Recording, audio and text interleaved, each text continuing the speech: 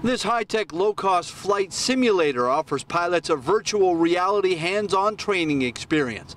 4 UCF students are the brains behind Talon Simulations. Brandon Nades is leading that team. We've actually received feedback from commercial pilots and Air Force pilots on the realism of the device. Talon Simulations is one of 9 student projects accepted into the first class of UCF's Innovation Core, or I-Core. It's a 10-week boot camp where young entrepreneurs find out if their technology ideas can make it in the marketplace. I think this is a great opportunity for the university. Dr. Yvonne Garibai is the I-Core program director at UCF. It's one of 15 universities across America to offer this to students. We challenge those. Get out of the building, get out of your lab, and go interview 100 customers and find out what really the market for your idea is. The program pairs up young innovators with serial entrepreneurs and professors. They offer critiques and support.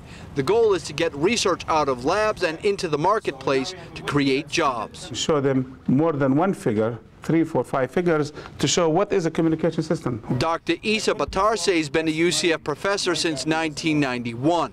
He's working on a revolutionary e-book platform to teach science, technology, engineering, and math to students. He's redefining what a book is. It has to be adaptable, interactive, and it has to become a computing device. Right in that page where you turn it, once you start studying that textbook. The doctor envisions e-books with 10 pages of visual presentations behind each page of text.